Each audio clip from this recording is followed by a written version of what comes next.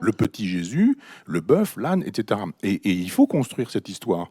Moi, je pense qu'on peut faire de la théologie haut de gamme, je dirais, sans avoir besoin de s'appuyer sur l'historicité de Jésus en disant, mais et alors? S'il n'a pas existé, c'est pas un problème. Ah, tout de Il y même, a la foi, il y a la grâce. tout de même, parce que toute la Donc théorie. juste avec la foi et la grâce, en fait, c'est bon, on peut faire de la théologie haut de gamme. Donc Rémi, qui est un théologien haut de gamme, qu'est-ce que tu en penses de ça? Est-ce qu'on n'a pas besoin de l'historicité de Jésus? Il y a juste besoin de la foi et de la grâce. Bah, en fait, c'est l'annulation de la théologie. Si on pense que, enfin, en fait, dès que tu penses que ton objet, qu'il soit Dieu ou l'objet de culte, peu importe, est inexistant, on n'est plus du tout dans la théologie. On est dans, euh, euh, c'est quoi les matières? Aidez-moi.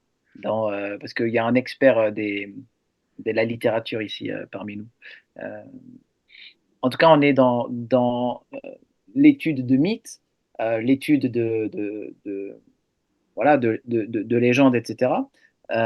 Mais la théologie, c'est précisément l'idée, en tout cas la théologie chrétienne, l'idée qu'on peut étudier ce que Dieu a dit et ce que Dieu a fait, précisément parce que ce que Dieu a dit et ce que Dieu a fait est intervenu dans le temps des hommes.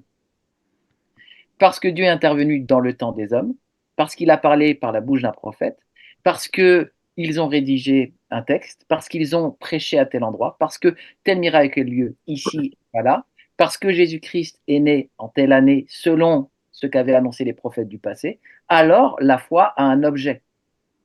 Mais et donc la théologie peut se construire sur un objet véritable. Et c'est d'ailleurs pour ça que la théologie est une matière qui a duré et qui durera des siècles à propos de Jésus-Christ.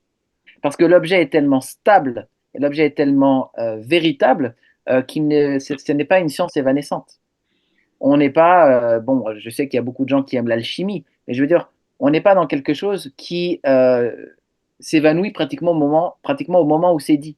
On peut aller chercher sur, sur le lieu dit des preuves que la chose est arrivée à l'endroit dit. Tu vois ce que je veux dire? Donc voilà, la théologie, c'est la rencontre d'un Dieu transcendant avec des personnes qui sont dans le temps, et ces personnes réfléchissent à ce Dieu, disent des choses de ce Dieu, réfléchissent à ce qu'il a transmis, dit et fait. C'est ça la théologie. Ouais, mais pour Michel Onfray, il peut faire de la théologie. C'est de la théologie agnostique. Et donc, c'est une théologie qui n'arrivera jamais à avoir une réponse sur quoi que ce soit. Tout à fait. Mm. Et je pense qu'il y a une matière, et je n'ai pas le nom là en tête de cette matière précisément, mais l'étude des fables. On peut faire de l'étude des fables. Et si pour Michel Onfray, la théologie, c'est l'étude des fables, ce qui est intéressant d'ailleurs, hein, parce que quand il dit on peut faire de la théologie haut de gamme sans croire à l'historicité de Jésus, la question c'est mais pourquoi on ferait ça? Ouais. Pourquoi on ferait ça? Pourquoi on Ok. ferait ça? Est-ce que c'est quoi comme théologie en fait dans ce cas-là? Quel est le but de cette théologie? Quel est Enfin, moi je pensais C'est qu'il y avait. l'exercice, Voilà. c'est l'exercice académique contemporain de parler pour rien dire et pour publier des livres et pour C'est être ça. nommé à la fac. C'est ça.